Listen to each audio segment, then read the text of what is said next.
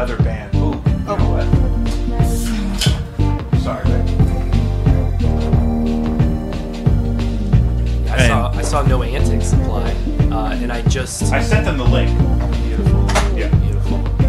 Yeah, I wrote about the People's Pride in the newsletter last week. I do the newsletter every other week. So, a couple weeks ago. But I guess maybe we can talk about that too. So is it a St. Louis Magazine event? No, it's not, actually. So it's its own event.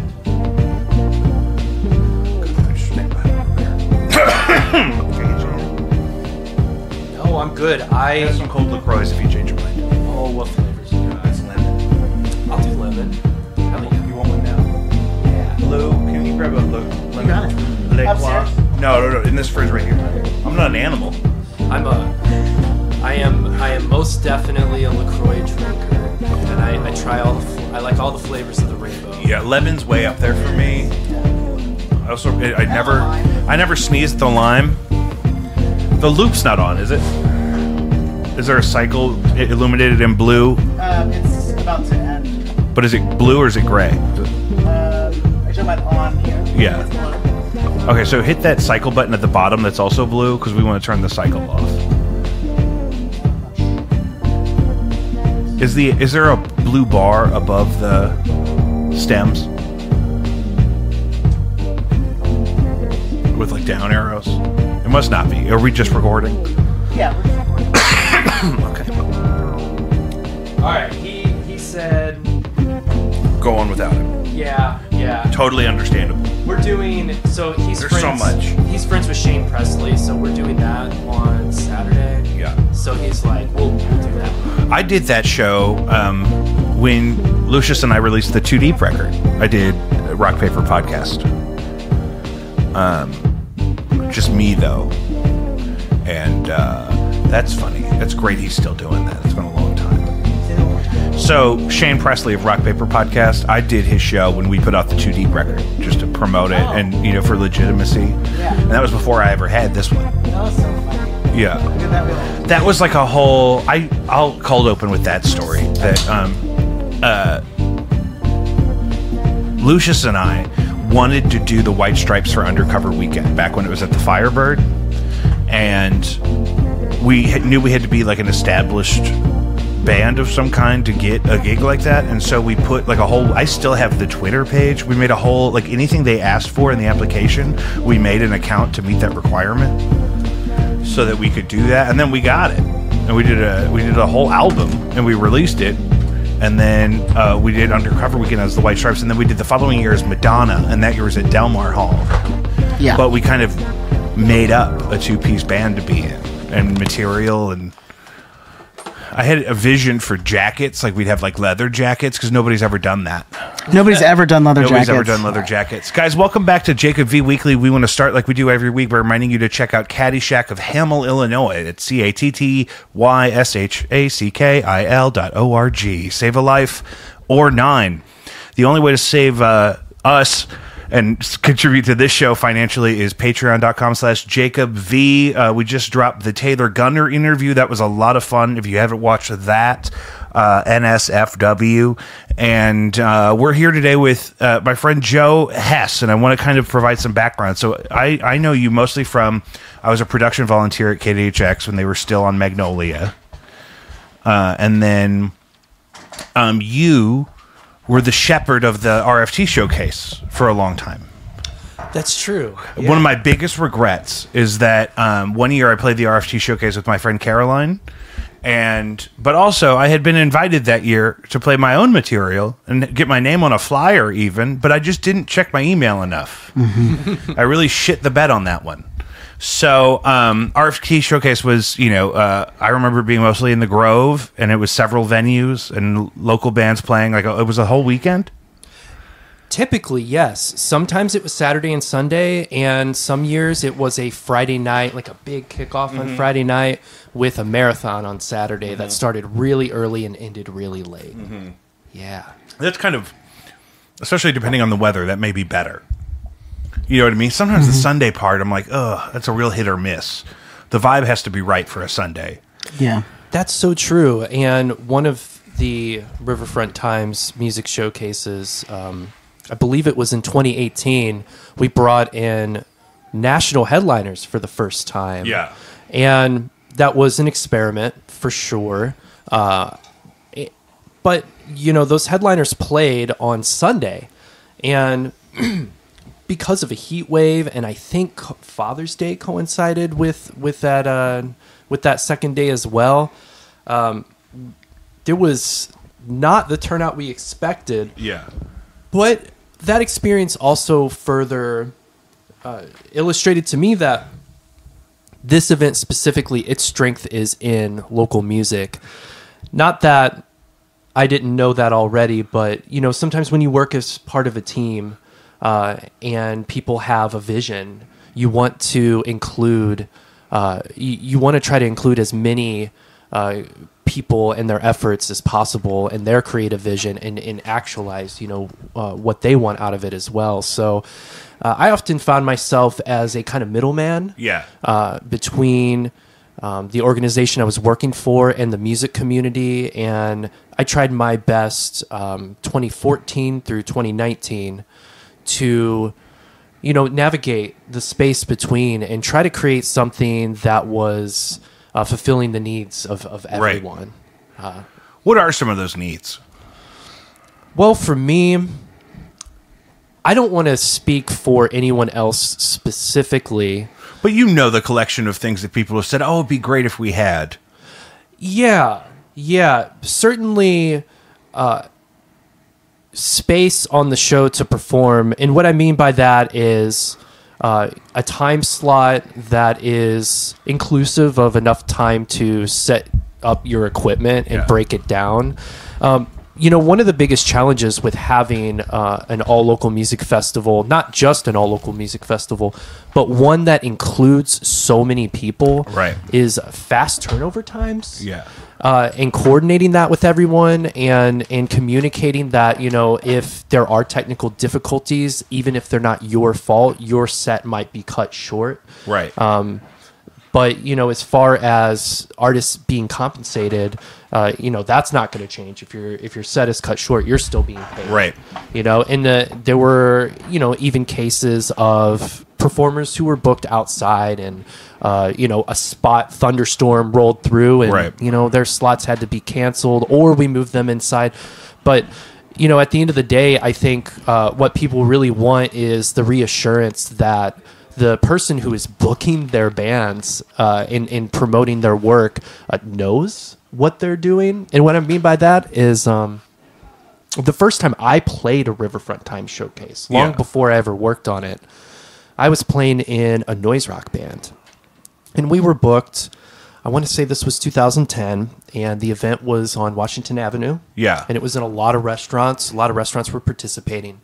And there was not communication between the organizers back then and the participating businesses about the genres of music and how loud bands were going to be. Yeah. So I was in a situation, not just once, but another year that I performed in 2012, where we were asked to either stop, immediately, or in one case, we had an amp just unplugged from the wall. Great. Those are good for amps, guys. If you notice somebody's got an amp, especially if it's real loud, walk up to it and just unplug it.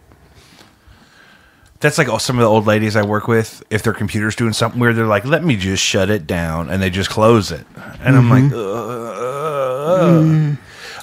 that was my number one thing I was thinking. It's like setting a band up for, like, I did a gig that I was doing for free just to have a reason to farm some content, and I have an acrylic plexiglass like drum screen, drum shield thing. Yeah.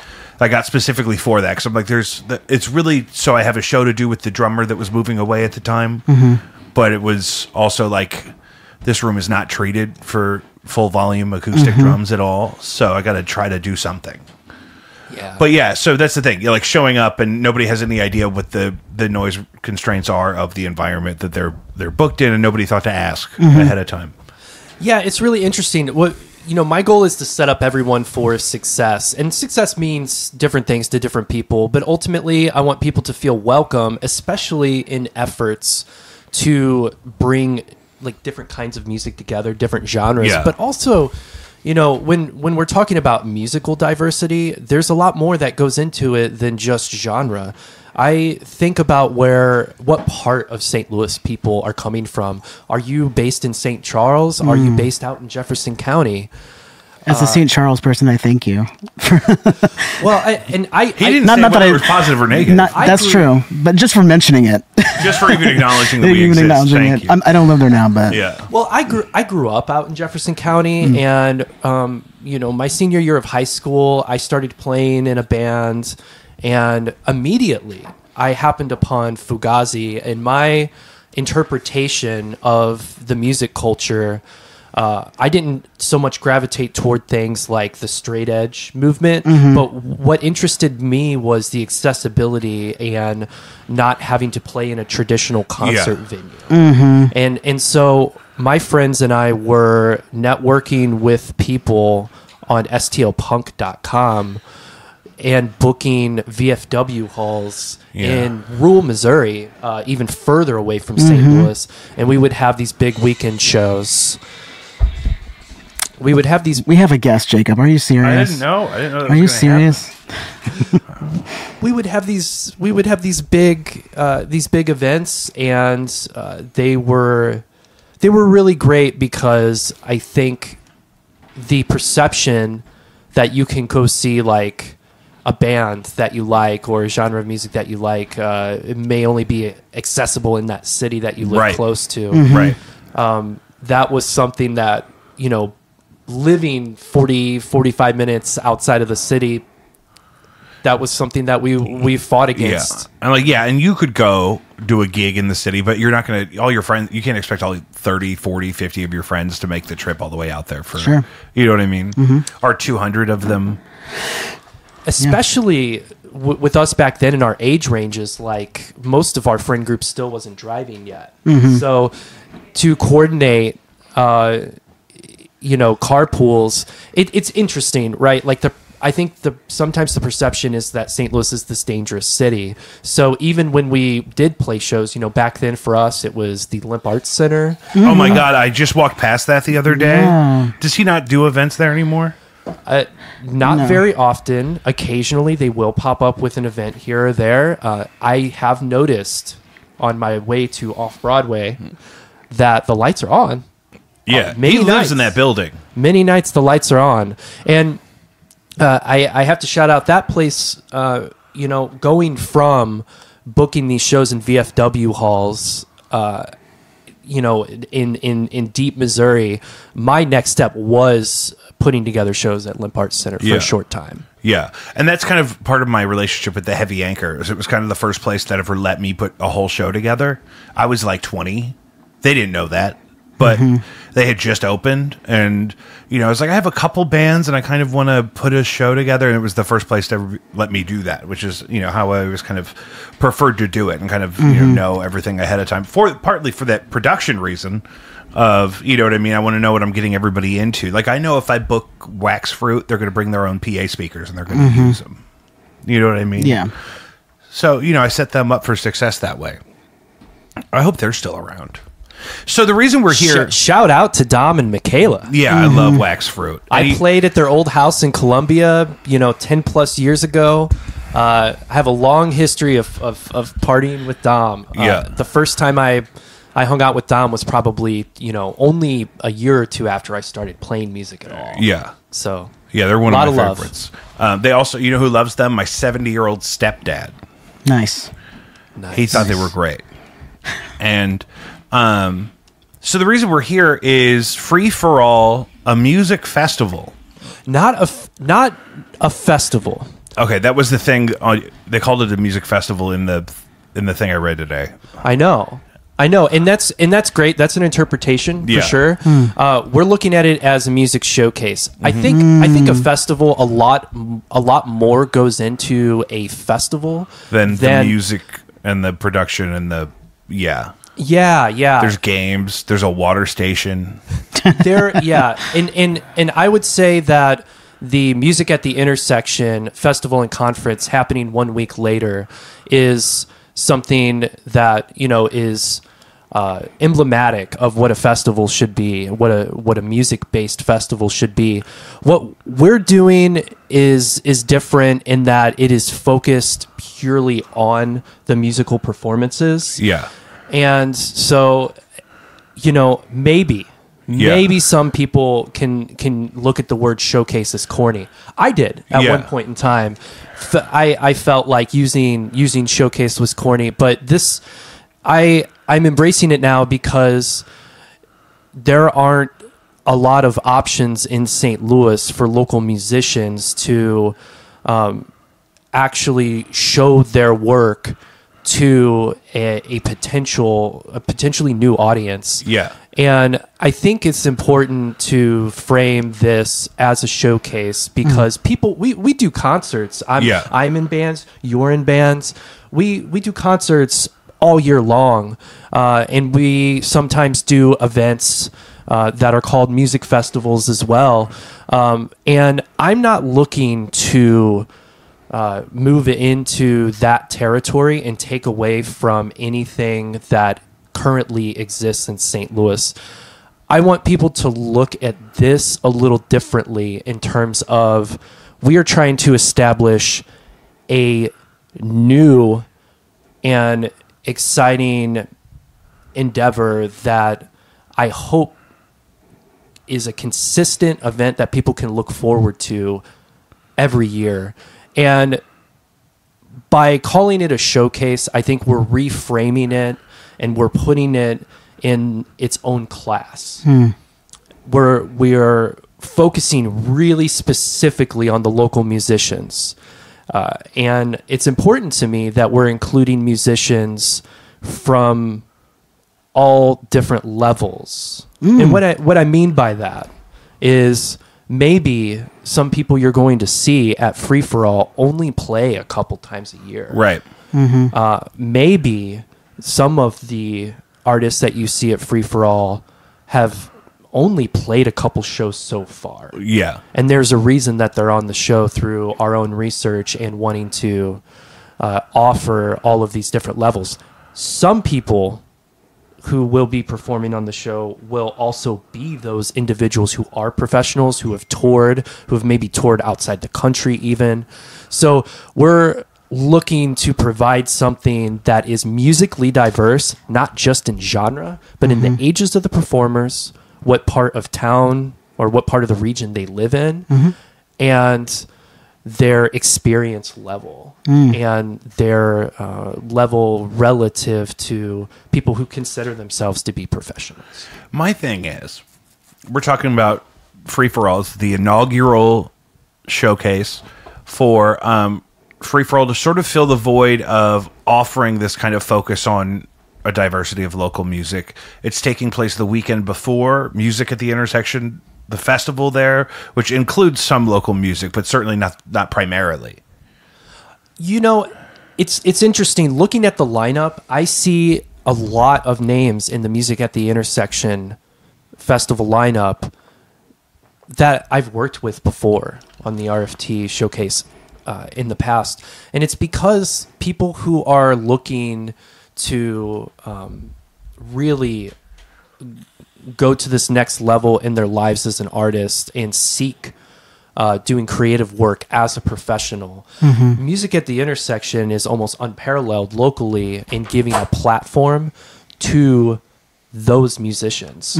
So what the goal of Free For All is, it's a way for Music at the Intersection and the Kransberg Arts Foundation to reach the vast music community that isn't already covered in Music at the Intersection. Yeah. Music at the Intersection has a lane as far as genres. Yeah. R&B, soul, hip hop, certainly jazz. And those are just a few of the genres that they serve. But there are some things that aren't included.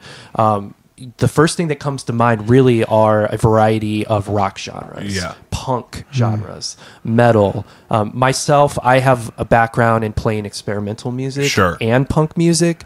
So both of those umbrellas are things that I will be working to include in the event, certainly. But Free For All offers Maddie a way to include so many more musicians, and some will go on to perform at Maddie in the future. Sure. That is the idea. And certainly if we create something that resonates with the St. Louis region and we bring out an excited audience that's large, that's mobilized, and people agree with me that we need a local music holiday here in St. Louis, something that is not competing with other music events, something that's not considered a music festival. What I want people to think of is, I think about Cinco de Mayo on Cherokee Street. Right. I think about Mardi Gras in Soulard, and what I would like is Free For All in Midtown. Yeah.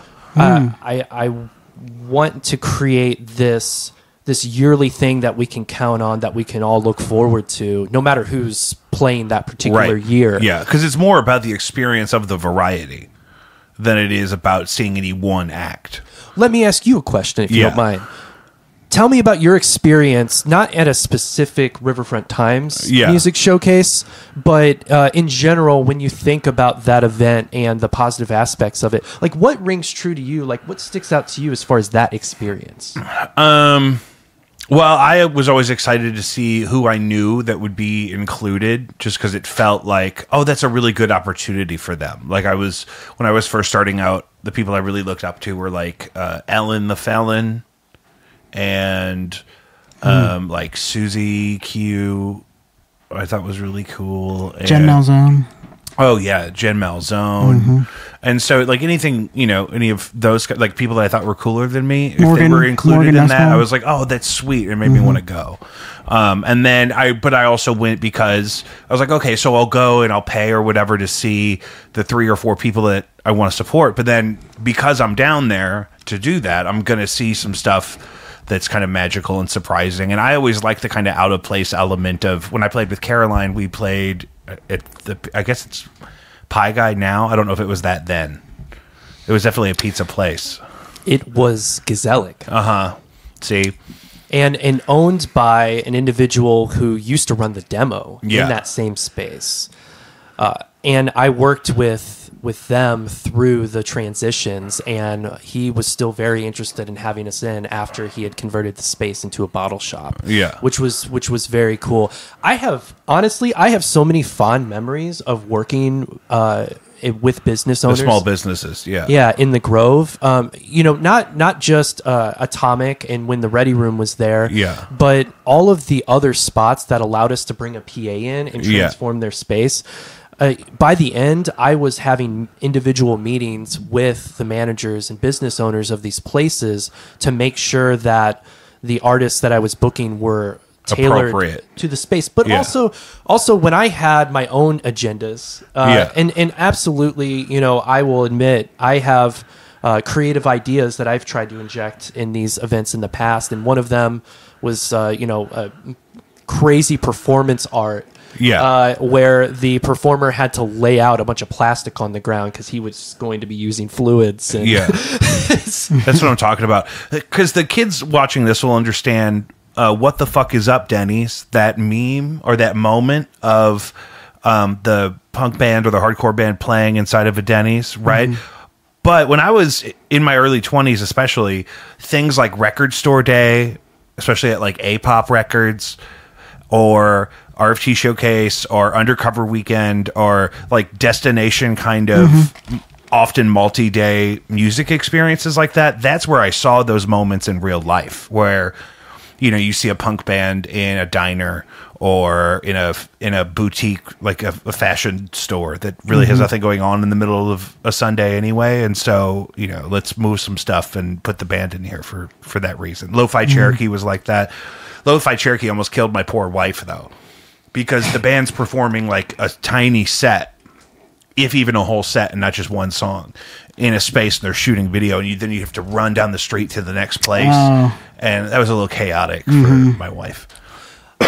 So the appeal to me was an excuse to network, but also the opportunity to discover things on accident. Absolutely. I performed Lo-Fi Cherokee in 2015. With who? Hardbody. Oh, yeah. I might have been there. In a small sandwich shop, Elaine's. It was such a great experience. Elaine's is still around. Shout out to Elaine's. I had that the other day. One time I went into Elaine's and they recognized me and I got it for free. Are you serious? That's incredible. Yeah. I mean, I had like met them before in like a music capacity or whatever, but I hadn't been into the store yet. So yeah, shout out to Elaine's. Going strong. Closed on Wednesdays, I think. I learned a lot from that experience and going to it in the past. I think Bill Streeter's an incredible person who's contributed a lot. Huge inspiration to me. He contributed so much to the St. Louis music community. And Undercover Weekend, I played one of those events as well. And I remember having, I was a little young. I think it was before I was working in an official capacity. Yeah. I think at the time I was running what some people might consider to be an illegitimate venue space on Cherokee Street. Which one? Cranky Yellow. Oh, God, I loved Cranky Yellow. Shout out to David Wolk. David Wolk is still doing a lot of incredible work, especially at the City Museum. Cranky Yellow was like if you had 16 square feet of Portland that you just crammed into Cherokee. Like that was the vibe I remember. So true, and it was no surprise to me that building became a music venue after David left, and Blank Space, obviously did so many things for the community in the time. Blank Space was great. That it was there. Again, shout out Kave. I learned a lot from Kave. I even had an online public argument with Kave on Facebook that I regret to this day, but also it taught me that there are so many moving parts when it comes to being in a position where you're providing space for people. And the amount of pressure that someone like him would be under, but all venue owners, really, anyone trying to establish something, there's an enormous amount of pressure that has nothing to do really with your bottom line and keeping the doors open. And so it is often thankless work. Yeah. And because everyone thinks you're getting rich or that you're the only one making money. And that, any problem that comes up is your problem. And yeah, I totally agree. Yeah. And he is somebody who sustained that space, regardless of the amount of money that was coming in from the outside. And that is an enormous sacrifice. And he did that for many years. And he's just one of many people. You also mentioned A-Pop Records. Shout out to Tiffany. This is turning into a in memoriam. Remember back when we were young and everything was cool? Tiffany Minks helped me out an enormous amount. I was doing a weekly show on KDHX from 2008 to 2019. And A-Pop Records, the amount of records that I bought from A-Pop and played on the radio show over the years, I mean, they really fueled the show in a lot of ways. And I had the privilege of performing there, for several record store days. Did you ever play in the basement? Many times. I have a couple 45s over there from a band that was called Joe Buck, I think. Or Jack Buck. Jack Buck, yeah. Shout out Dan Reuter, incredible engineer and drummer. One of them, the sleeve and the record are acrylic.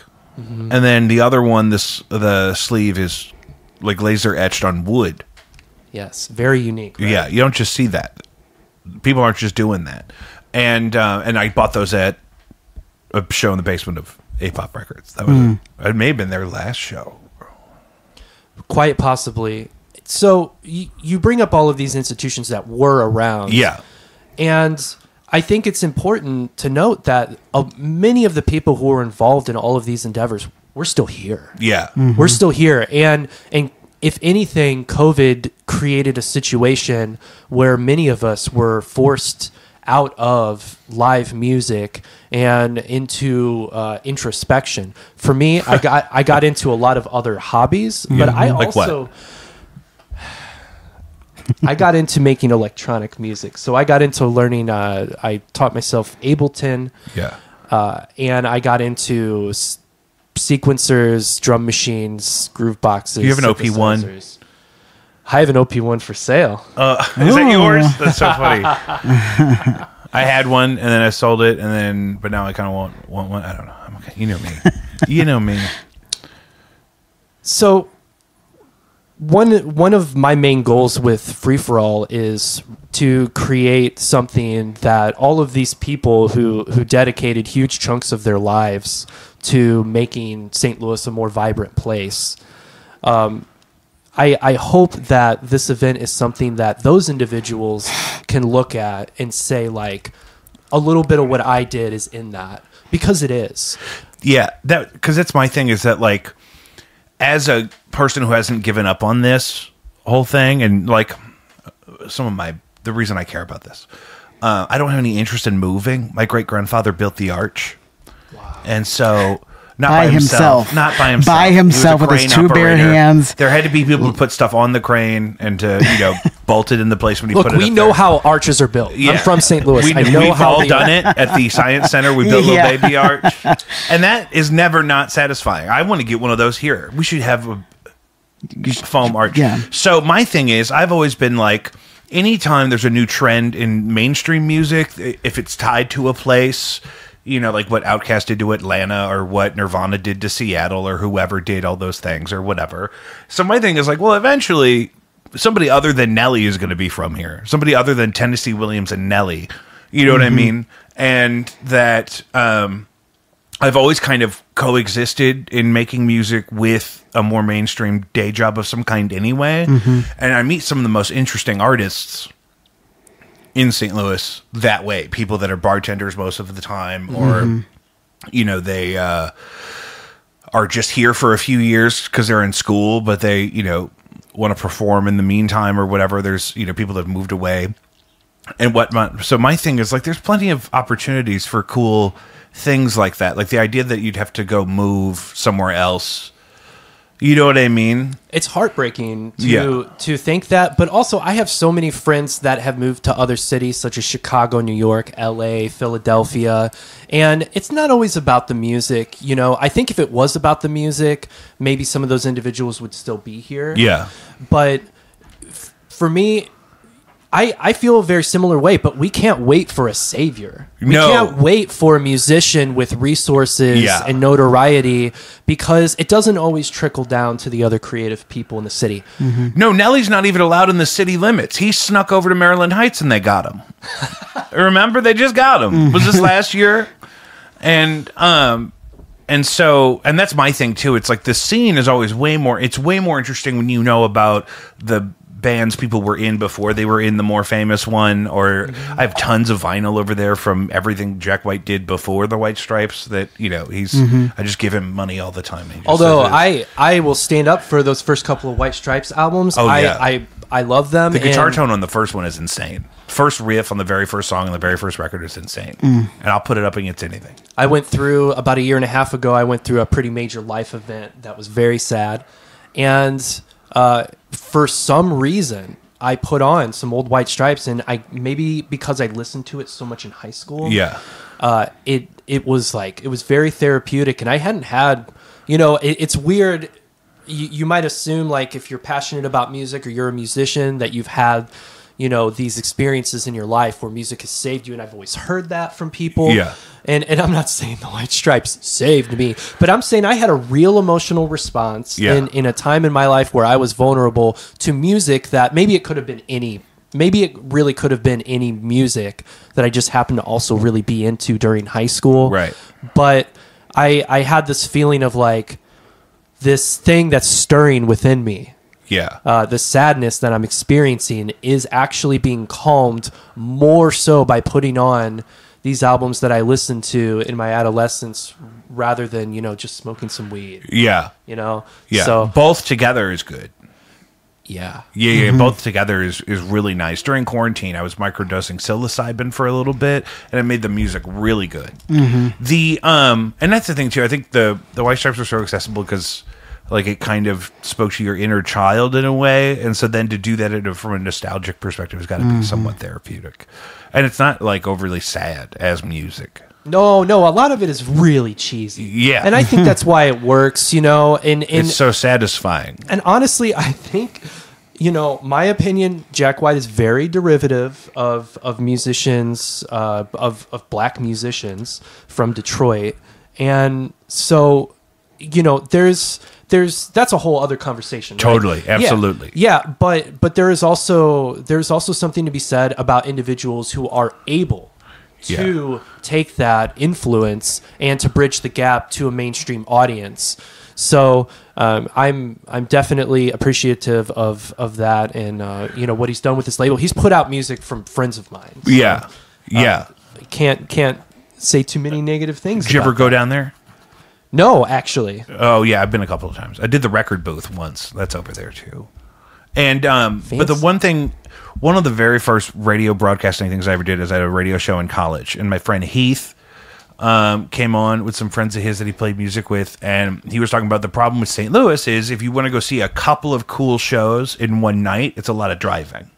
Yeah, right. So if I'm like, oh, this really great band is going to be at the tap room, they don't start until 11, but I really want to go see that band at Blueberry Hill before that, and that we might miss something. Mm-hmm. You know what I mean? Because they might overlap, and we got to do parking in both of those places. Mm-hmm. Now, the one thing that's I wanted to get into is I understand this is going to be 10 venues. Yeah, right now. So the venues that are included are definitely subject to change. Yeah. As we get closer. That's the thing. I didn't want to force you to speak on specific venues, but if there's if there's any that you know for a fact are involved, I'm totally down. Yeah, definitely. So the venues that we have listed right now are tentatively what we believe where we believe all the music will take place in. So yeah, I want to put that out there. It's absolutely going to be in the Grand Center Arts District in that footprint. And as of right now, plans are to put music at all of those venues that we have listed online. But something that's really important to me about this event is right now we are in the midst of this campaign where we just announced the event last week, and we have, it's a really simple Google form, and is it getting just blasted or? We've gotten a lot of responses, and the form is broken up really into two parts. When you look at it, it asks if you would like to apply to play as a musician, and then it asks if you would like to nominate somebody else. Yeah. Both of those are equally important to me. Yeah. Because working on the Riverfront Times Music Showcase, there used to be this thing called the Riverfront Times Music Awards, and they broke the categories into genres. Mm-hmm. We were too young, I think, when that was still happening. I think so, yeah, because I don't remember that. I remember hearing about it, but not necessarily being included. Mm. Go ahead. I am also a fan of the Nintendo Wii. So, oh yeah, I got a couple of those here. Nice. Nice. You can play GameCube games on the Wii. Yeah. My favorite was 13. Do you remember 13? It was XIII. Mm-hmm. It was it looked kind of like Archer. It was a first-person shooter, and we were waiting for the GoldenEye follow-up, so it was exciting at the time. My favorite GameCube game was F-Zero GX, and you can currently play that on the Nintendo Switch 2 Nintendo Online subscription. I recommend it. So, not a sponsor. We can talk about video games probably for even longer than we can talk about music. So I'm looking at so there's tons of good spots down there. I'm looking at the public radio article. It's really important to me to keep the footprint kind of small so people can walk. Yeah. One of the challenges with the Riverfront Times Showcase in the Grove was that the Manchester's long, and from the first venue to the last venue on the street, it can be the entire street, like all the way to Kings Highway almost. So because if you go from Platypus all the way down to Rehab. Is that a mile or well, one time we were drunk and we wanted to go from a town. I don't drink anymore, so that's why I say that, because this is a moment in time. And we were at Atomic Cowboy, but we wanted to go to Gramophone, and everybody was going to walk. And I said, I am not walking all the way down to Gramophone. So I got on a Lime scooter because we still had those then. And I had a poncho on. It was Peruvian alpaca, and I was going down the turn lane down Manchester, blackout drunk on a bird scooter, no helmet. But my poncho was flowing perfect. And when you get up to 29, 30, like those things max out at, stopping is the scary part. Yeah. We can't keep shit. Do we have any scooters anymore? No, not that I know of. If we do, I'm not seeing them. Yeah. And I had a moment. I see them occasionally. I really do. There's a couple of times, like if those scooters saved my life. I see them and you see a parking spot in front of not off Broadway Oyster Bar. Yeah. And you're going to Ballpark Village, and you see a scooter next to a parking spot. It's perfect because it's like, oh, I'll take. Let me take that again.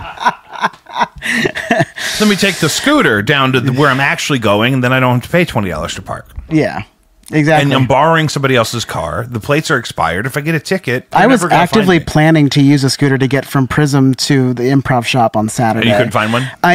My friend ended up going to the show and gave me a ride, but good. That was going to be one of my options, like see if there's a scooter around and then maybe an Uber. Because there's things, and you've probably had this experience where you have 2 gigs at once. You know what I mean? Occasionally, yeah. And I try to avoid it, but sometimes it happens. And a scooter comes in clutch sometimes in that situation. Honestly, but you gotta hope that it's there. You can't just call upon a scooter. Also, to somebody else driving down the street or walking down the street, if you got a cape, maybe a guitar on your back, and you're on a scooter, maybe you're a little drunk, like you are the most interesting NPC somebody is going to come across. On that day. Yeah, especially with the poncho. I've been playing Far Cry 5 because it was like $4 on Steam the other day, and there's a very rare spawn. Kind of like in Minecraft, you have the chicken jockey. Not common. You don't just see those. There's a guy with a flamethrower in Far Cry 5, and you don't just see a lot of them. Yeah. And you got to shoot him a couple times to get him to bend over so you can shoot his jetpack and blow him up. Nice. And that's what that reminds me of. So trying to keep it as walkable as possible. It's not going to be too cold, so it's going to be fine. It's still going to be hot. I will guarantee you. Yeah, early September is still hot, but it's going to be great. Yeah, the thing about it, though, is that I feel like by the end of the summer, all of us are far more acclimated to the heat than we are. Doing this in June would be a lot harder because people are still like, I don't want to. The air hurts my face. Like, if you survive until September, you can go out and do some things. And we'll probably have another one of those heat domes where it, like, bakes us alive a little bit. And then maybe September will be kind of after that. So we'll, like, really be... Fingers crossed for no heat domes. Yeah.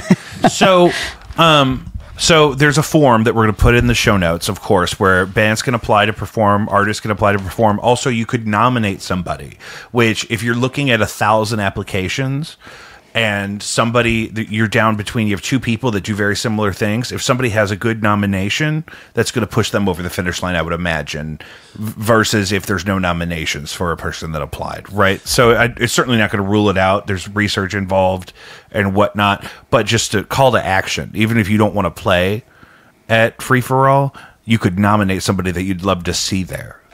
Yeah, I take the recommendations very seriously. So I brought up these Riverfront Times Music Awards earlier. Oh, right, that's where we were.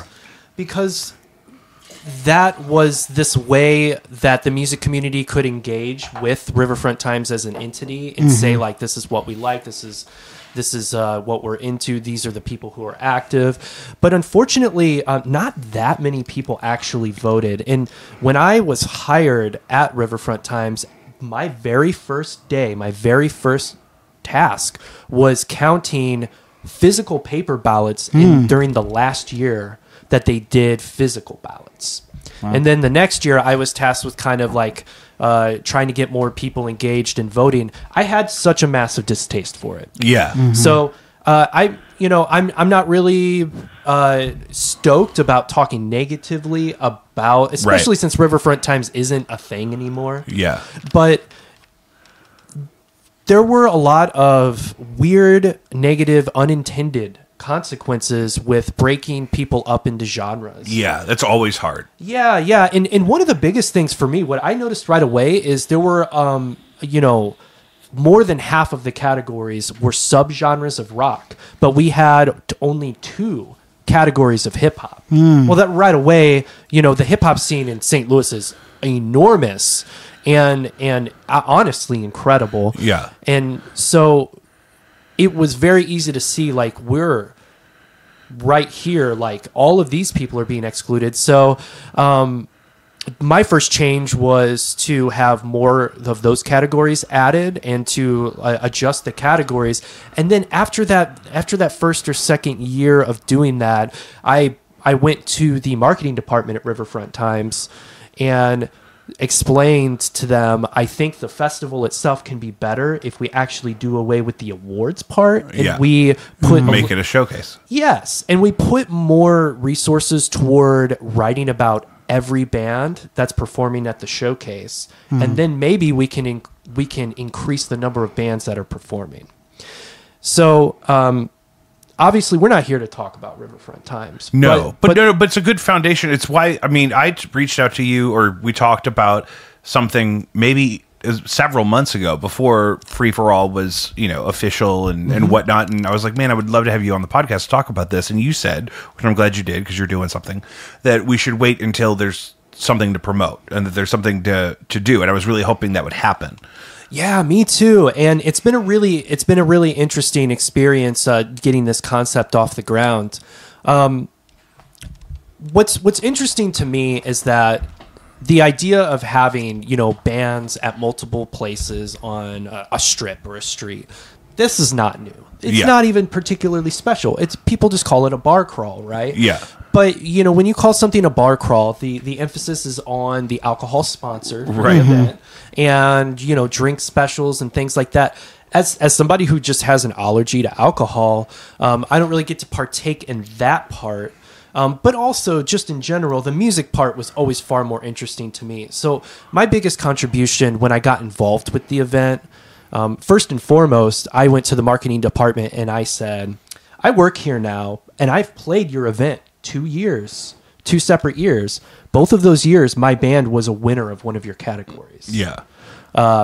And both of those years, we didn't get to finish our set. We were either unplugged or asked by the restaurant owner, please stop.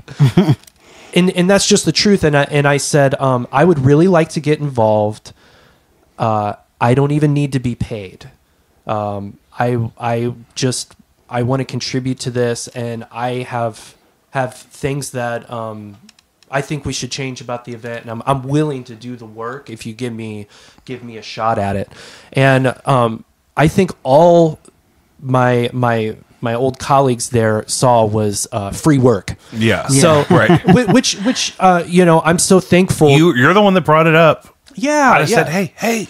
Yeah, and my girlfriend Mabel Suen, she was already working on the event. She started working for RFT about a year prior. So she was basically just given like a list of tasks.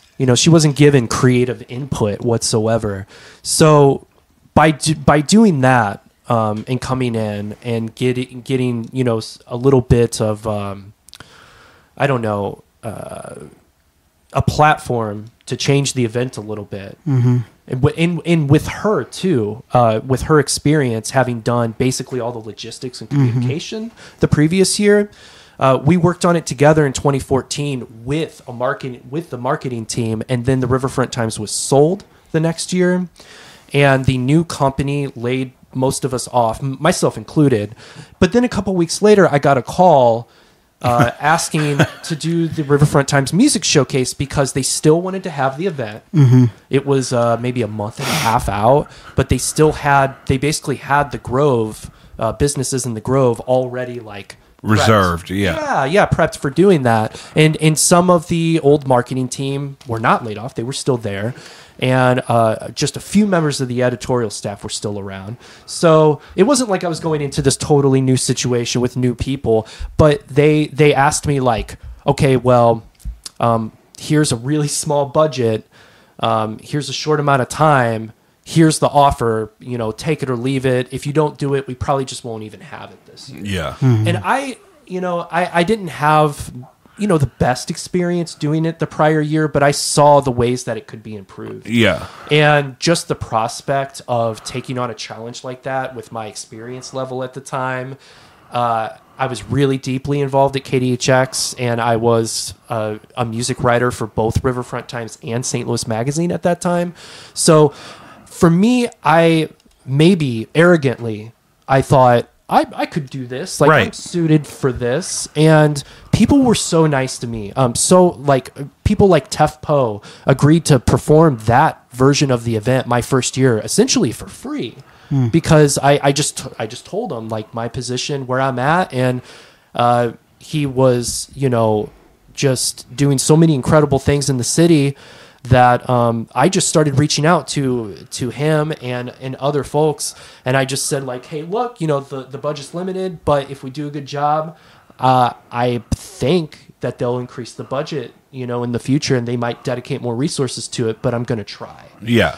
And a lot of people opted in and helped out, and before that year in 2015, that Riverfront Times event maxed out at 50 bands. Yeah. So my thing was like, well, if I can do it, I talked to the business owners in the Grove, and I said, I have this idea to try to cram 100 in one day, because the people I was approaching, like, even though I didn't have a lot of money, people were really interested in like the opportunity and the context, and I mean, it's much more memorable. Like, I can't remember every show I played at the Firebird because I mean the inside of the building always looked the same, but like I can remember the weird stuff where it's not always the normal opportunity. Yeah, absolutely. Shout out to the Firebird and Mike Cracciolo. He always kept my projects in mind when booking some of the bigger experimental artists that came through. I got to play with Melt Banana multiple times, and some other bands from Japan, just because he paid attention to what we were doing, and he kept it in mind. And that's if you're in a position where you're organizing, especially a concert, a showcase, a festival, whatever it is, you can certainly keep it within your circle of friends. Yeah. Mm-hmm. Some people are very successful in doing that and keeping a consistent audience because of, honestly, the consistency. People know what to expect, and they go. A really good example of this is Materia. Yeah. Some of the folks who created Materia, I've been friends with for a while, and when they started that, I knew right away. I was like, this is a home run, because this is something that has always existed in St. Louis, but no one has been able to create an outlet and a platform that was suited for the community. And they knew exactly what to do, and then they worked on it, month over month, and had regular events. And now, I'm so proud of all of them. I'm so proud of Manapool, Nadir, and Umami, Eric Dante. There was one afternoon I spent 3 hours interviewing Eric Dante for an article. Yeah. Just incredibly creative people.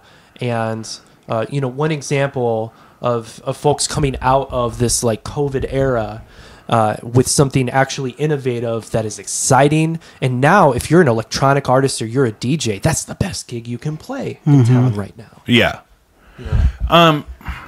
So, of course, lineup is just kind of emerging as a possibility. I thought it would be fun to mention some people I would consider nominating, or that I'd love to see at an event like this. Let's hear it. Okay. So, I think Middle Class Fashion, for sure. I remember when they were brand new, and I was renting a space at Limp next to them, and so I love them. They're great. Who do you think? I'll nominate No Antics. No Antics should definitely be there. They're so great. Definitely. Pomia. Yeah. What? Pomia. Yeah.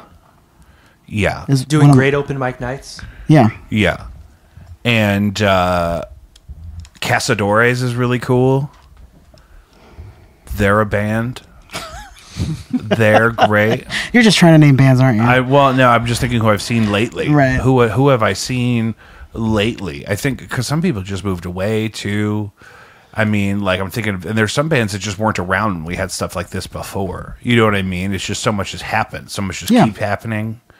Yeah, I'm afraid we might have gone into history for a long time. It might put some people to sleep. I think people want to hear about what's happening now. Well, I think that's very exciting. That's the thing. I think but also I think it was so important to me that like when I first heard about Free for All, it was that it reminds me of all the things we used to like to do, things like the off Broadway crawfish boil or like significant kind of events that you could look forward to, even if the music was different and it was like an experience. Yeah, and I'm excited for this. It's going to be even great. Even just an attendee. Like,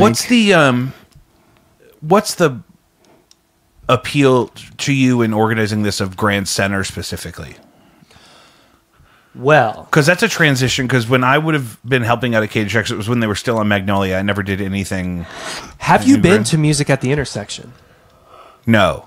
Okay, so the vibe at Music at the Intersection and the way that they are able to transform that area into a vibrant festival grounds, it is unlike any of the other festivals in St. Louis. Yeah. Cool. And to me, as far as creativity, ingenuity, and make no mistake, Maddie has been focused on local music since its first year. I think a majority of the lineup either has ties to St. Louis or artists who are living and working in St. Louis. So for me, it was seeing what they've already done and in seeing, reading. I read their mission statement. I read how they want to create this atmosphere in St. Louis and uplift musicians. The goal there is to take musicians who are operating maybe on this level, but they want to be more professional or they want to break into the music industry in a significant way. They create a path for people that is unparalleled. No other festival in the city is dedicating so many resources and so much energy to doing just that. So their mission statement lines up with honestly the things that I was thinking about in my entire tenure working with the Riverfront Times Showcase. And I also worked on a few RFT events before the paper was sold in 2022. I worked on an event called Art Affair on Cherokee Street that prominently featured live music, and Pig and Whiskey Festival, which had national artists, but also still majority local artists. So the Grand Center Arts District is really unique in that it gives this gateway to these art galleries, to these spaces, these performance spaces that I think some people think of as being upscale. Yeah, I would. And they are, and the production, from the production to the promotion, they have things dialed in a way that I really haven't seen elsewhere. Yeah. So for me personally, the Grand Center Arts District provides this neighborhood space that, like the Grove, we have a lot of people that live in the Grove who might not really care for having a huge music event and a huge street crawl, but the businesses would love it, right? Moving over to Grand Center Arts District, there are less residential spaces to kind of hinder. And what's really important to me is that Free for All slots into an existing music community that serves needs that aren't being met, and that does not take away from anyone's quality of living, even if it's for a weekend, and that doesn't take away from the multitude of programs that the Kransberg Arts Foundation have going on all year long. Yeah.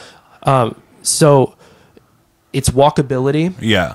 It's I know with beyond a shadow of a doubt that the production is going to be there, that the staff is going to be experienced.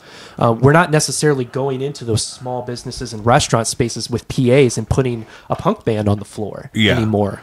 Now if you perform Free for All, you are getting you're guaranteed to have a world-class engineer helping you out. Whereas, honestly, RFT Showcase, sometimes I was bringing my own band's PA because the space either didn't prepare or they had equipment, but it it was having problems when we started setting up, the day before. That's an example, right? So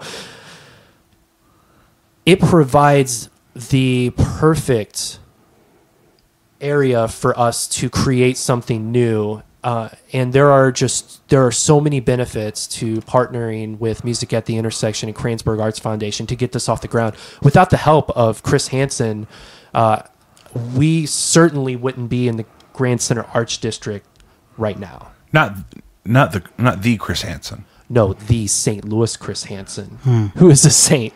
Yeah. And I got distracted when you said, I was like, Chris Hansen. Yeah. Why don't I take a seat over here? Yeah, come on, take a seat. Come on and take a seat, sir. Have a seat. Because that was my initial thing. Because there's like there was really mixed emotions about the prospect of moving KDHX from South City to Grand when it happened. Mm-hmm. But since then, a lot of these businesses were not open then. The venues that you're hosting a lot of these bands in, and it makes sense because they have commercial talent coming through the area all the time, and then also Maddie kind of showed you that it's possible to transform the space into that kind of thing. But are we thinking mostly indoor? Most of the performances, most of them are. There will be some outdoor ones, and it's really to provide a diversity of experiences. Yeah, the sound is not as good when you're outside, unless you are outfitting it with a full outdoor stage and you have some kind of like buildings are blocking off certain areas so we can create, a space for acoustics to sound a little bit better.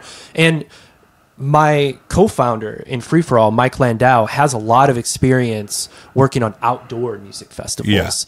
And so he is spearheading the production of everything. So his experience combined with the resources that Maddie and Kransberg Arts Foundation are providing, give us an opportunity to do this and not do it in such a punk rock way. Yeah. There will be aspects that are punk rock about this. Yeah. And what I mean by punk rock is, you just do it, right? Yeah, like, okay, making it work. Yeah, we have a couple problems, but we just do it because the music is the focus. Perfection is the enemy in things like this, I think. And so, one of the ways that this is maybe a little bit more punk is that it's short sets. The point, and it's another reason why we're calling it a showcase. Yeah, because the point is for we get a snapshot. If you're performing at this event, no one is the headliner, right? Mm-hmm. No one is the top of the bill featured. Going to be more important than the person next to them. We're offering something that represents the artists on an even playing field. Every artist that is selected to perform, we are offering everyone the same amount of money. Yeah. Mm-hmm. The same amount of money, no matter how many people are in your band, no matter your experience. Great. You've toured Europe. It's the same amount of money. We're considering it a stipend. Yeah. Because a payment is more focused on scaled. And it's more focused on your experience. This is a little different. What we're offering is access to Music at the Intersection the next week to everyone who performs. Everyone who performs at Free For All is going to receive an artist pass. Oh, wow. To Music at the Intersection. And if you look up the price of passes online, you will know that that's valuable. That's a pretty big deal in and of itself, and it's really important because this is the overarching goal, is to include as many members of the music community that aren't already included in Music at the Intersection. So we have a stipend, we have that, and then there's something else that we haven't announced publicly yet because it's really for the musicians. And I assume your podcast, most of the people listening are going to be people in our music community. Yeah, a lot of them. So here's something. I don't think, this is necessarily going to be the draw for everybody, but this is something that's really important to me, and it's really important to my co-founder, Mike Landau, and it's important to Chris Hansen, and it is that the day before the festival starts, on September 5th, we're going to have a private party for all of the performers and all of the staff that are working on the event. And this is meant to be a networking event. Like we will have badges at the door that you can put your name on. Cool. And everyone will be encouraged to just talk to each other. We might have a DJ performing, but by and large, this will be an event where people can, the performers can check in and get their credentials for the event itself. And it is an event where, you know, we've said already in a couple interviews that this is meant to create a situation for people to network, a platform to grow the music community. But to be honest, doing a music like showcase with 10 stages doesn't necessarily do that on its own. Right. Like there will be some mingling, people will be crossing paths. I will be deliberately putting genres next to each other that aren't the same. But we want to really push the idea that this is meant to create new connections. This is meant to create new opportunities for people. And it's meant to foster future endeavors and creation. We're hoping to start the music community in a powerful direction by connecting people who have no reason to be in the same room together otherwise. You know, so that is going to be a pretty big aspect, something that's really important to me. Sure. So all of the performers will be invited to that. And right now I'm looking at maybe we might be able to invite people who aren't performing, but there is the question of capacity of that room. Sure. And like if it gets too big, it maybe becomes hard for people to actually communicate and network. So I think for this first year, at least, it won't be a public event. It will be for the people involved. But I mean, with 100 performing acts, many of those having multiple members, this is something that should, you know, I call it like a summit. Cool. And that's what I'm hoping to facilitate here, as well as the festival, or the Maddie Festival, and promoting that event as well. Because to be honest, Free for All wouldn't be getting off the ground without music at the intersection. Right. You know, yeah, it's a huge part of the inspiration, but also kind of the infrastructure being in place that to transform and whatnot it's the part that I keep thinking about.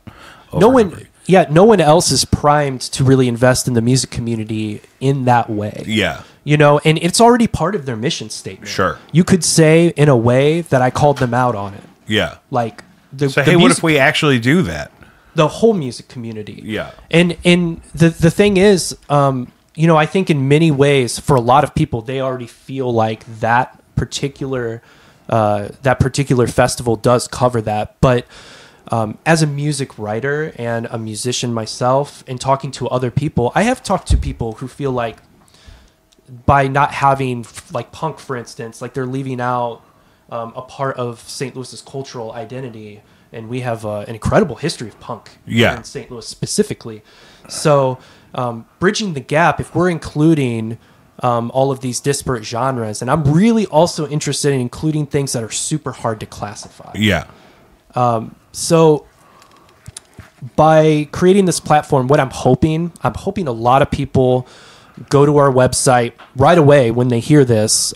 Submissions close on July 10th, which really isn't that. No, it's sneaking up. That's next week. Mm-hmm. Yeah. And what I'm hoping is that people will give, I'm going to receive all the feedback in the nomination forms. Yeah. Like I'm looking at every single thing. So what I'm hoping to do is to shape the Free for All music showcase based on the people that apply and the nominations. Mm-hmm. And through doing that, I think that we will end up with something that is incredibly musically diverse and that celebrates the larger landscape of the St. Louis region as opposed to specializing in one thing. Yeah. Mm-hmm. Yeah, that was the thing. I mean, it was like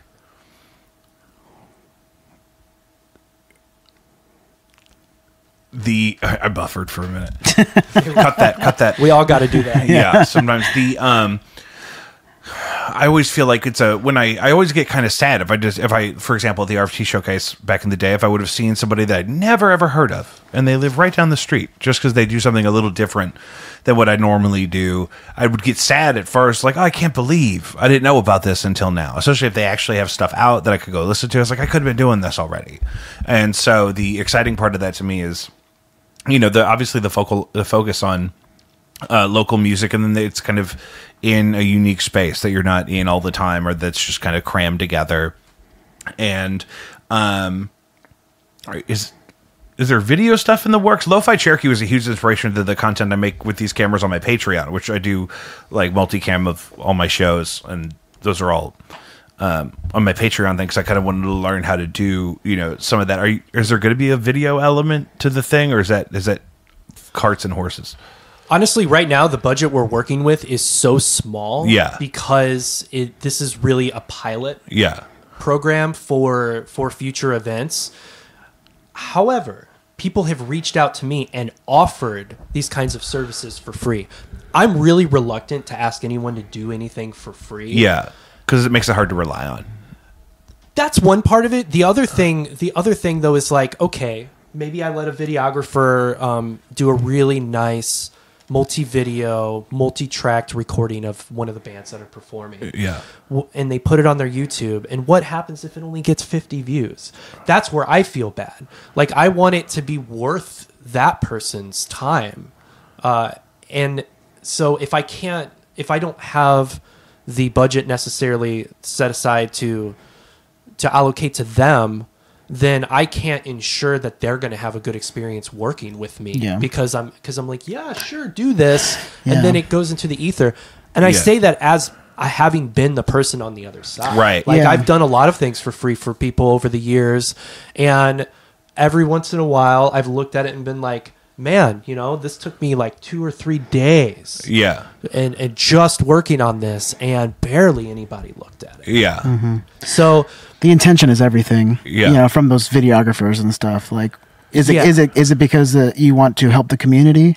Like, because this is like a community effort in that sense, of trying to like build up the community. Like, because you don't want to have that expectation. And it's so easy to get all the way down on a project and realize, wait a minute, I'm doing all of this for free. And then, you've already done half of it. And then, the option is you either finish it for free or it sits for a long time. And then everyone's like, didn't we have cameras? Weren't there cameras? Mm-hmm. Yeah. But on the other side of it is this. If I am being genuine about this being an event that is a little bit more shaped by the community than by a board of directors, exactly, who are in a room, who have experience, who are putting their best foot forward.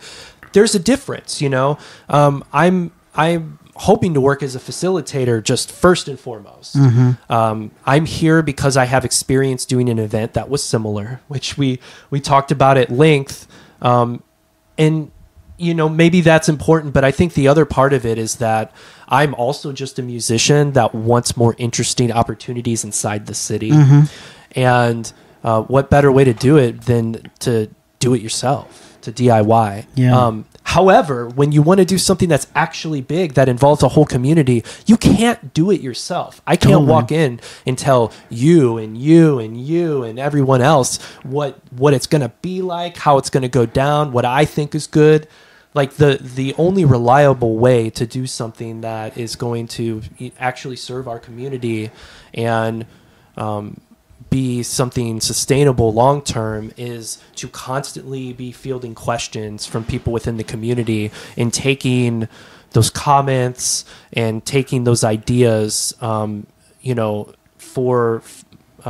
what they are, and taking them seriously, and trying to do my best to include as much as I can without undermining any of the organizations we're working with, or undermining people in the community who are just like me, who are just want to see something cool happen and putting their best foot forward.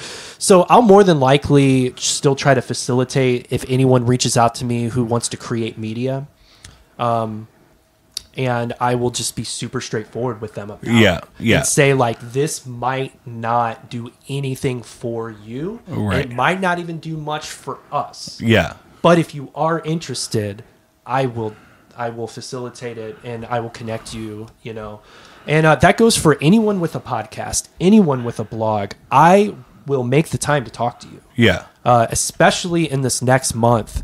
Like, I am dedicated to prioritizing people who are making things happen in their own spaces, regardless of if it's making them money or if they have sponsorships. Is there a central URL to find the thing, or? There is. It's freeforallstl.com, the number 4. Yeah. And right now, that'll be the title of the show too, and that URL will be in the description. But thank you. Yeah. Right now the URL redirects to the Google form. Right. But in mid-July, we're going to be launching a full free-for-all STL website. And that's one of the reasons why my partner in this, Mike Landau, isn't here right now. He's working every day on our new website. And what we're hoping to do is create a directory of resources on the website. So it's not going to just be about our showcase. It's going to, hopefully, the goal is to have a directory of all the record stores, places that people can get lessons, places where people can buy instruments, all the instrument shops. And we're hoping to include a list of any blogs, music blogs that people are doing, and podcasts. And this might not materialize immediately. Right. It might take us until we're very close to the festival. But the idea is that we're going to create a website that exists after the festival. Right. Mike is really passionate about potentially creating a directory of individual musicians for hire, because he runs a recording studio. It's hard. I'm going through it all the time. Somebody's always asking me, hey, I need this for this, and blah, blah, blah. And then you got to figure out, hey, do you have rehearsal for church that day, or are you free? A lot of the guys I know now are church guys for some reason. Yeah, so this is also kicking off an endeavor. Like, if St. Louis Magazine, for instance, decides to not do as much music coverage as they are doing right now, which is a fresh thing for them, and if I have my way, it'll continue to grow. Yeah. But if, for instance, we've experienced this time period where KDHX and Riverfront Times are gone. They're gone. But what some people might not know is we had a dedicated music publication called 11 at one time for several years. Yeah, and it was great. Beautiful looking, and it was free. And so St. Louis used to have so many resources. So the idea is that we're going to create a website that is primed to become a resource for those times in St. Louis where the other opportunities aren't there for people. I hope. I have some crazy ideas about what we could do in the future that might not even be worth going into right now because they are still very fantasy based. Yeah. But that's the thing I want people to know is that immediately you can go and you can nominate an artist or apply to perform yourself at freeforall with the number 4 stl.com. You can also nominate an artist if you'd really love to see somebody there. The nominations would mean a lot to them if you know somebody would be interested and they're applying and you want to affirm that whole thing. And then also in the middle of July, that website's going to turn over with stuff that you can link with to participate further and learn more about where this goes. I think this is going to be a hugely positive thing, and that was kind of why I was so excited. I was excited about it before I knew you were doing it because I wanted you to do something like that. You know what I mean? That's why I'm here. Yeah. That's why I'm here. Honestly, sometimes when I was in the trenches of working on the Riverfront Times event, I was at odds with things that my employer wanted from me and things that I wanted for the event. And there were a lot of very sleepless nights. Yeah. Times where I was really stressed out. Well, it's hard to remember in that situation, too, that there are people looking forward to it and that it's worth it for them. And that, because you don't know that until you either deliver or you disappoint them and then you see their, you know what I mean? And so when you're up all night trying to answer emails and trying to secure confirmations from people for different things and get an idea of the spaces and whatnot, it's easy to forget that, like, there's people maybe that aren't even in bands anymore, just like, oh, wouldn't it be great if we had that and we went down and saw some stuff and see what was going on? And absolutely, yeah, that's the thing that makes me so excited about it.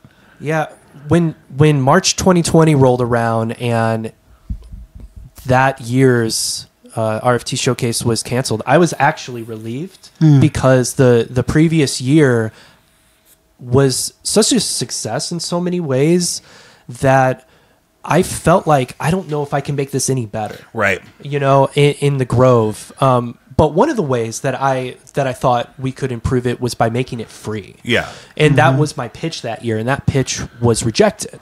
I was calling it free for all back then. Yeah. And what's really interesting is, you know, as 2020 rolled on, 2021 came around, I was getting very comfortable not doing that work anymore. Yeah. And I was I stopped performing until last year, and not for any real negative reason. I play music for one of my part-time jobs. I work at Washington University in the Performing Arts Department, and I provide live music for a variety of modern dance classes during the semester. Oh, fun. And obviously with the federal cuts happening, I'm not sure how much longer that's going to last, but I've been there since 2016, and so I've had the privilege to work as a professional musician as well, on top of my work in local media and events. And so I'm looking at things from, you know, multiple perspectives. And there was a time, you know, just a couple years ago where I was like, I won't be doing events anymore. I'll get to live as a musician and do other work. Yeah. And then, of course, I got pulled back in 2022 to do a couple things. And that's where I met Mike Landau. Right. We started having conversations even back then, because he was like, "You're the guy that did the RFT Fest." And I reluctantly said, yeah. Exactly. Did I make you do anything you didn't want to do? That's what I would think. It's like, which PA did you end up with? I'm so sorry. It was my preemptive. I had a positive experience, but I was still drinking then, so I kind of wish I could remember it more, because that was the thing. Me and Caroline would put them away. So that's my thing, is I think it has so much potential. There's an obvious need for it. It's, you know, it gonna accidentally or otherwise include tons of my friends. All of my friends are in bands or were in bands or make something, because that's just what I've been spending all my free time on for so long. So we're over the hour, so I don't want to hold you for too long, but I definitely want to reiterate just kind of where you're at with the whole thing and what you're excited about. Yeah. Well, I want to just point out, ever since I stopped doing that RFT event, people never stopped asking me about doing something new. Yeah. And there were conversations I had with people who own venues in St. Louis, promoters, production companies, and when they came to me to just ask me about it and if something was happening, I tried to encourage as many people as possible to make something new. Yeah. Do it. Somebody please do it. And I even said it under the premise of make something new and please book one of my bands. Yeah. Like, I want to experience this kind of event in a positive environment where I don't get turned off. Yeah. Like I want to have fun now.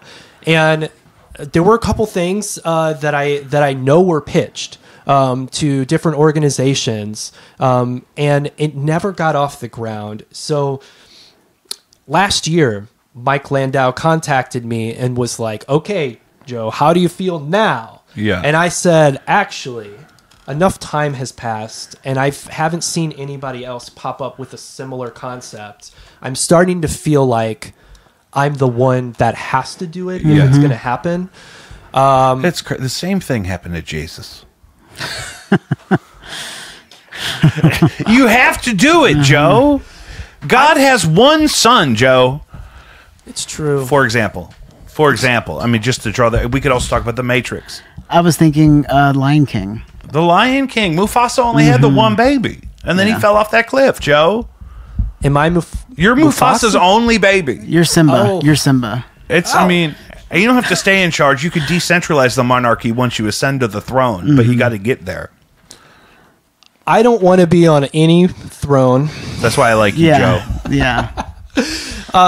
Honestly, I keep my social media private because I don't want to be an influencer. Not that anybody's putting me in that position, but I never want. You don't want to be like the centralized like tastemaker of this whole thing and be like the boss of, or be like the, you know what I mean? I totally get what you're saying. Yeah. It's not that you don't want to contribute and have responsibility, but it's that you're not looking for the attention or the gratitude for yourself. You'd rather them express that to the artists you're including. Yeah, and I know the musicians are grateful. Like I understand that. That's part of the reason why I'm interested. Because they've been hungry for it. They've been telling you for years. Yeah, and what I would really like to do is establish something new that we all can look forward to.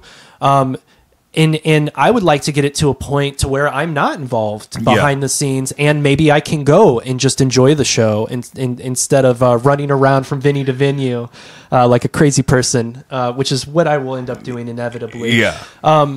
And I would really love for it to become an institution in and of itself, something people look forward to every year, and that could, I could teach other people about my approach. I will say this. I went through a transformative program at the Regional Arts Commission in 2013 and 2014 called the Community Arts Training Institute. I was nominated to be part of this class. It's a class that you not only have to be nominated, but then you do an interview, and they for placement. Yeah, and back then they would pick 16 people a year. And these are people who are across many different creative fields, but also social work. Yeah. And Stephen Holdsworth was the person who nominated me and put me on a path of being much more community oriented than I was before. I was booking punk shows, I was booking noise shows. But he saw that bigger potential for that kind of behavior in you. Yes, and we spent a lot of time talking, and there were a couple years where I would count him as a mentor. Like there were performance art things that I was doing that were kind of political in nature, and I was really nervous about the ideas that I had because I didn't know how they would come off. So, I had a lot of long phone conversations with Stephen, who advised me, and he always sent me in the right direction. And one of the biggest contributions was nominating me for the Community Arts Training Institute. And I actually didn't even get in the first year. Yeah. But the second year that I was nominated and applied, I made it in, and I learned.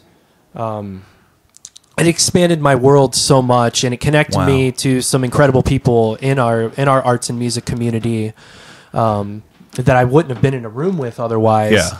And so that experience, I did that before I ever did an RFT showcase, but I don't think the RFT events would have been nearly as good. I don't even think I would have been the one to do those without that experience. So if there's anything I'd like to close on today, it is just to say that,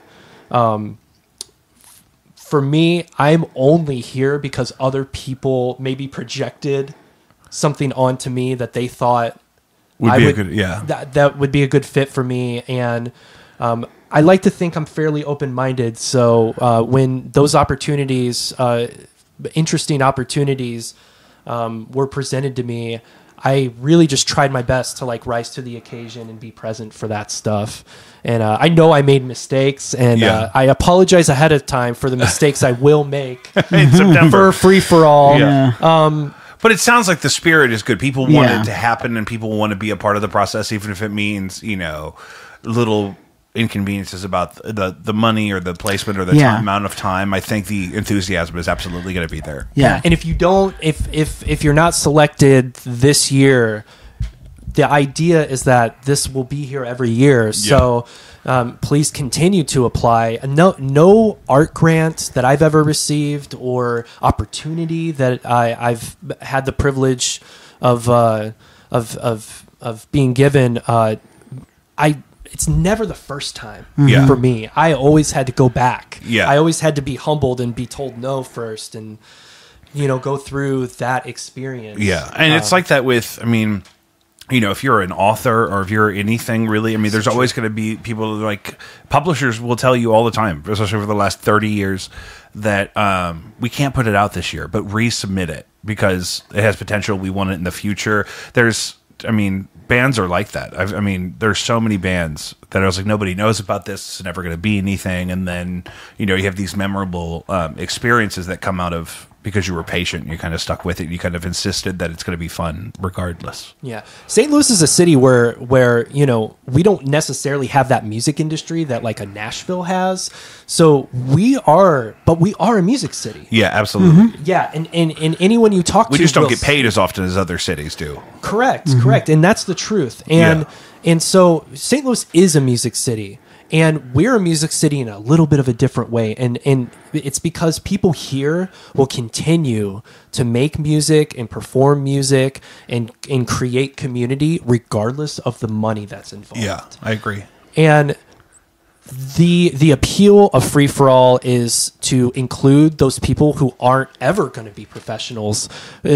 The people who don't even want to, like, I don't want to perform at the pageant personally. Yeah. You know, I prefer smaller stages for my own work. I agree. I mean, I would, like I mentioned earlier, I would totally every show rather be What the Fuck Is Up Denny's than be a nice theater and like, you know, or something, you know, more prestigious. I would much rather, you know, hook the synth up in a pizza place, even if I have to, because of to make it memorable and to connect with the audience. And it's parts of it are less intimidating because it's not like white tablecloth type of environment, but it's also exciting because you're focusing on just the music in a more authentic way. I totally agree. Yeah, it's about working class musicians, and that doesn't mean musicians specifically who are working. It's about, you know, maybe you work 50 hours a week, you know, but you have a band with your friends and you do play out occasionally and you guys bring people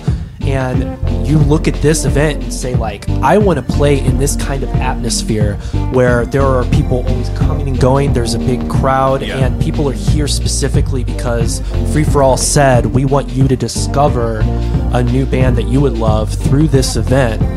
And we hope that that's the audience that this attracts. People who aren't going for a specific band. People who are like, wow, that's a crazy experience. Let's go. I love that. Free For All, the number 4, STL.com. It'll be in the show description. It'll probably be across the bottom here in a new font I'm trying. Stay tuned. It's going to be really great. You're going to see us there for sure, checking it out. So Free For All, STL.com. Joe, thank you so much for being so generous with your time.